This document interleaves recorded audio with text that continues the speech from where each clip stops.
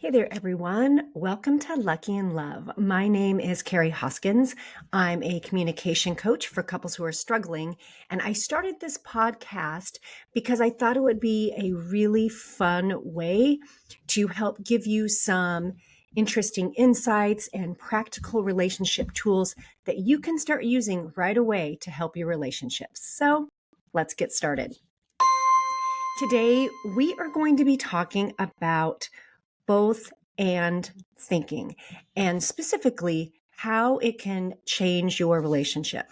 I have seen firsthand the positive impact that this very simple mindset shift can have on relationships. So, both and thinking is the ability to hold two truths at the same time. And there are some people that this just naturally comes easier to than others. For most people, this is challenging because our brains just kind of naturally default to more rigid or inflexible ways of thinking, either or thinking. Things are all or nothing, win or lose, very black and white. And the reasons why our brains default to this is because we like clarity and we like certainty. But rigid, inflexible, black white thinking can really create a lot of problems in long term relationships and long term marriages. Okay. I want to really quickly share with you the metaphor that I use when I'm talking to my clients about this. Pretend you and your significant other are looking at a mountain and you're standing right next to each other. You're probably going to perceive the mountain as looking pretty similar to each other, right? Like the way that you see that mountain. But if one of you is, say, on the north side of the mountain and the other one is on the south side of the mountain, your view, your perspective, your impression of that mountain is probably going to be slightly, if not incredibly different from each other. And it's not that their view is more right than your view. You're standing and looking at the mountain from two separate perspectives. So, what happens in our thinking when we start talking about problems, when we start talking about issues that we care a lot about, is we are expecting our significant other to be standing right next to us, looking at that mountain from the same perspective. But a lot of times they're not. They're on the other side of the mountain. But we can't see that. We can't accept that their view of that mountain is just as valid as ours. And in fact, the more, I'm going to call it ego involved, like the more emotionally involved you are in this problem, the more like important this topic is to you, the more difficult both and thinking is probably going to be. But I have to tell you that it is so worth giving these things I'm going to be teaching you today a shot, because both and thinking, like I just said, will completely change your relationship.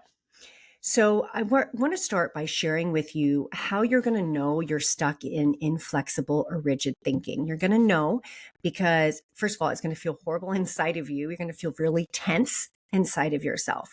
You'll probably feel competitive about whatever your position is.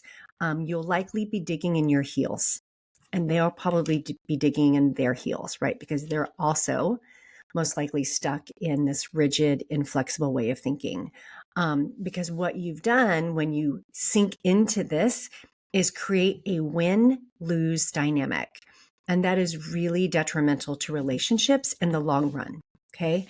If one of you often feels criticized because of this, okay, that means that you've created a my way is the right way, your way is the wrong way dynamic in your relationship.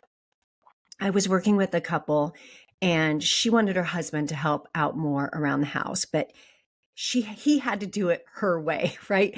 And I'll never forget, they came into this session and she likes to fold the towels in thirds.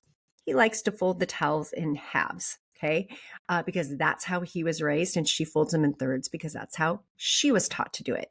But she felt like she was correct. And every time he helped with the towels, she would criticize him, or at least he felt criticized. And finally, he just stopped helping.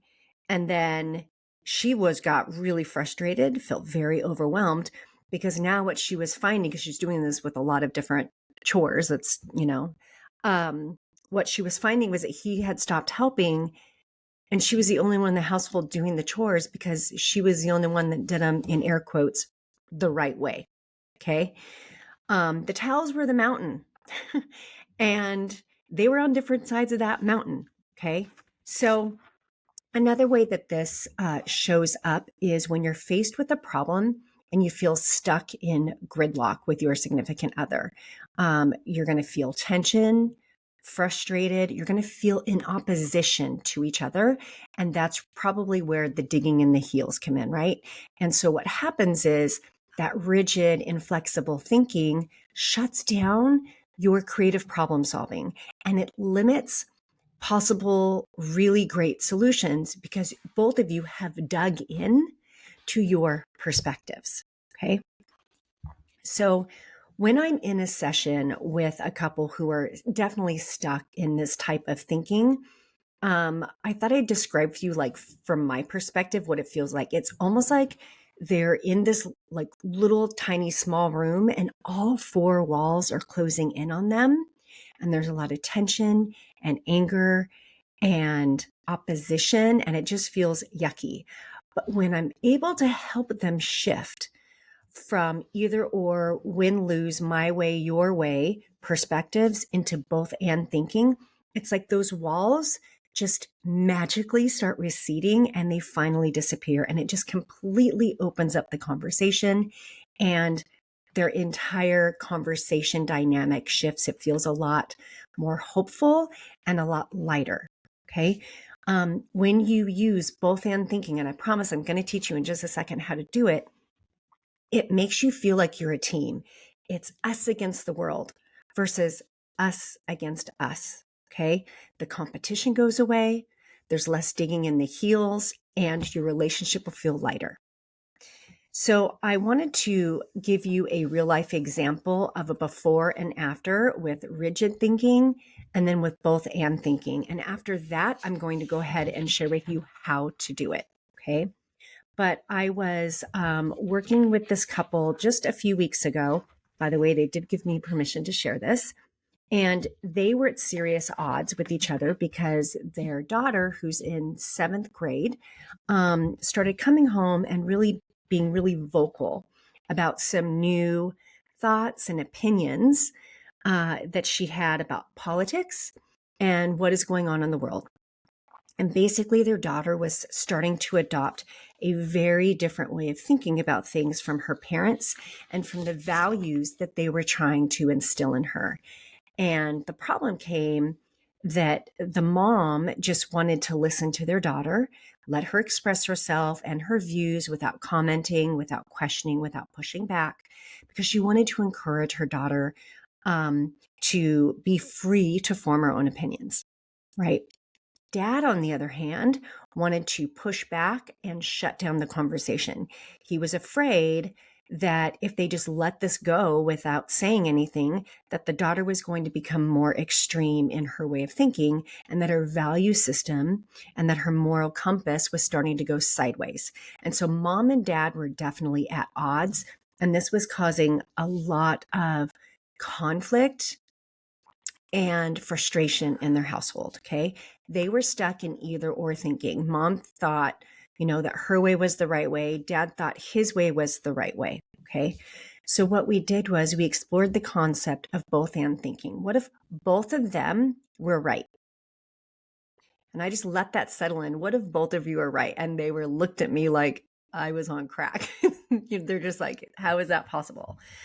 Well, what if their daughter could express her new views and ways of thinking while still being like keeping in mind and being encouraged to keep in mind other value systems, specifically the value system that she was being raised in? What would that look like? Okay. And once we really explored that, we brainstormed like a couple of different solutions, but the one that we came up with and that stuck was when their daughter expressed an opinion, they would listen, ask questions, but then she was required to come up with a couple of pieces of support or evidence for this new opinion. And it couldn't be from social media. And then, and this was the really important part, especially for the dad, she was then tasked with presenting the alternative perspective, also with a couple pieces of support or evidence, not from social media. Okay. And you guys, honestly, I didn't know how it was going to go. They didn't know how it was going to go. Could have gone 100 different ways. But in this case, the solution worked. Okay. It not only satisfied both mom and dad, but it actually created a really amazing new dynamic in their household. It opened up interesting, meaningful conversations in that family, and it actually ended up being a win-win-win for all of them. All right. So that's just an example of how once you get out of that either or thinking, you can really come up with good resolutions and good solutions to problems and issues. Okay. So how do you do this in your own life, in your own conversations with your significant other? There are 3 questions you ask. The first one is, what parts of the conversation or the subject do we agree on? Okay, you want to start from your common ground. In the case of the last couple I just shared, their common ground was that they just love their daughter, and they want to make sure that she has her own opinions, but that it's done so in a healthy, responsible way. The second question is to ask yourself, what part of their perspective makes sense? In what ways are they right? Okay. And if you're the only one doing this in your relationship, that will be your job, is to figure this out. Hopefully your significant other will come alongside you and look at it from your perspective as well. Like, what part of your perspective makes sense? How are you right? Okay. But you definitely want to start from a common ground, look at where they're right in their perspective. And then the third part is, what are other ways that we can think about this topic? What are other ways that we can think about this problem or this solution or whatever it is that you are like in disagreement about or at odds at? Okay. What if we walked around to the backside of the mountain? How would that look? Okay. So it's really about common ground, acknowledging where, the parts of their perspective, you're like, okay, I can see that. I can say that's right. And then now how can we kind of meld our 2 perspectives? Okay. This, you guys, can change so much in your relationship. I know in the beginning I said that it's more difficult if you really care about the topic, about the subject, about the problem or the solution. And so something, because this is challenging, I think, for a lot of people, myself included at times. So when I feel myself digging in my heels, because this is something that I really strongly care about, I always come back to this one statement, which is, my marriage is more important than this specific issue. My marriage is more important than this topic or this solution or this scenario. Okay, so I always come back to that. What's more important? And that really helps remind me to engage in more of the both and thinking. All right. So my challenge for you this week, my friends, is to notice when you are slipping into that rigid mindset, the either or, all or nothing, my way or your way. Oh, wait, really fast. By the way, I did the same thing with the couple about the household chores. So we decided that she was going to fold the towels her way, of the towels that she cared about. As it turns out, she cared about the ones that the guests see. So she did all of the guest room towels and all the guest bathroom towels. And her husband did it his way for their towels and their children's towels. So there you go. We were able to come up with the compromise that satisfied both of them. I just didn't want to forget that. And this also goes to show that you don't have to have a really big, heavy topic for this to work. This works in all topic and problem areas. Okay, so like I started saying, your challenge this week is to notice when you slip into either or thinking, my way is right, your way is wrong, I'm winning, you're losing. If I give up, it means I've lost, right? If I give up my position, it means I'm lost. Okay, when you feel yourself being competitive and digging in your heels, I really want to encourage you to take a step back and remind yourself there's another view of that mountain, and ask yourself those 3 questions. Okay, what part of this conversation or subject do we agree on? What part of their perspective makes sense? How are they right? And what are some other ways that we can think about this? Okay, my friends, thank you so much for spending some time with me today. Remember, these 3 questions can really change the dynamic in your relationship. You've got this. Until next time, I'm Kari Hoskins, and this is Lucky in Love.